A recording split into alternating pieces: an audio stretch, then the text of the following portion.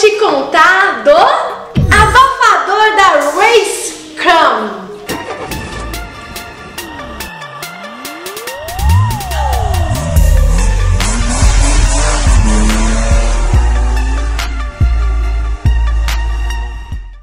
Vamos abrir aqui que ele está até na caixa.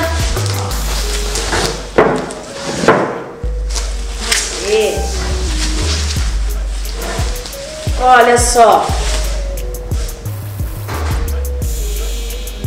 Lindo, né? Fala aí.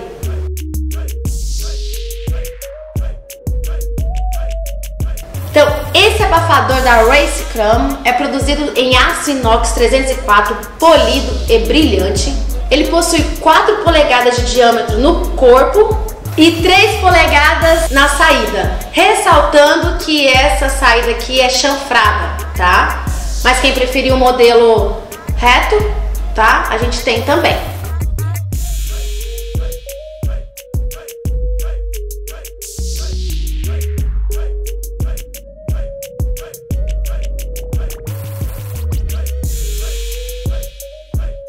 Então, o diferencial desse modelo é o exclusivo sistema com escolha de ronco, que pode ser mais suave ou mais grave através do atenuador de ruído, que vai aqui, ó. Tem uma pecinha aqui no fundo, tá? Que aí você pode desparafusar aqui e aí você deixa ele com um som mais abafado ou mais grave.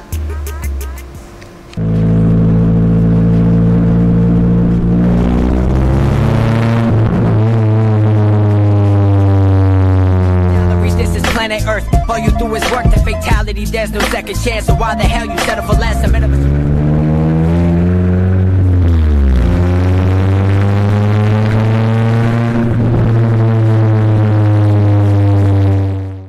Então é isso, esse modelo, assim como outros modelos, você encontra no site da ClickSound.